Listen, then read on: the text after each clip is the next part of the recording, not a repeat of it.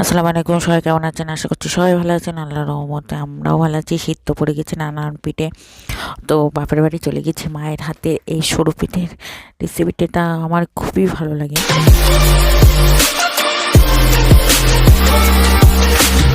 হাঁড়িতে পরিমাণ মতন পানি দিয়েছে, পানিটা ফুটছে, এবার চালের আটা দিয়ে দিয়েছে। চালের আটাটা দিয়ে একটা কাবা তৈরি করবে। আমার মায়ের হাতের আমার মা সবই পিঠে বেস্ট বানায়। তো সব ছাড়া এই পিঠেটাই আমার বেশি ভালো লাগে। আর এই পিঠেটা আমি বহুত করার চেষ্টা করেছি, সবই পারি, কিন্তু কাটার সময় ওটা আমি পারিই না। একদম কাবা তৈরি করে নিচ্ছে হালকা, দেখেন গরম গরম হালকা উষ্ণ গরম থাকবে, তখনই ডো বানিয়ে নিয়ে যেতে হবে।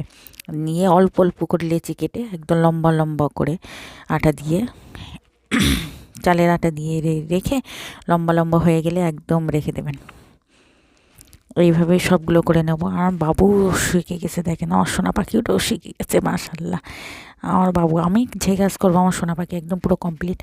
এই দেখেন এই কাঁটাটাই আমার বিশাল হয়, কিন্তু আমি মালসার উপরে দিয়ে গ্রাম অঞ্চলে যারা তারা তো সবাই চেনবেন, দিয়ে এভাবে কাটতে হয়। এই কাঁটাটা প্রচুর চেষ্টা করেছি, আমি পারলাম না আজ পর্যন্ত। আমার মা খুবই সুন্দর পারে। আর এই পিঠেটা খেতে অসাধারণ স্বাদ। কেউ দুধ দিতে নারকেল দিতে পারবেন, তো আমরা দুধ দেবো না, আমার গরুর দুধ। ছেলে খাই না নারকেল, আমার বোনের মেয়ে এসছে, ওকে নারকেলে অ্যালার্জি, তো সেই জন্যে নারকেল দেওয়া হবে না। হাঁড়িতে পানি দিয়ে দিয়েছে পরিমাণ মতন, আর পাটালি দিয়েছে খেজুরের পাটালি, তো খেজুরের রস বা পাটালি দিয়েই করতে পারেন এটা।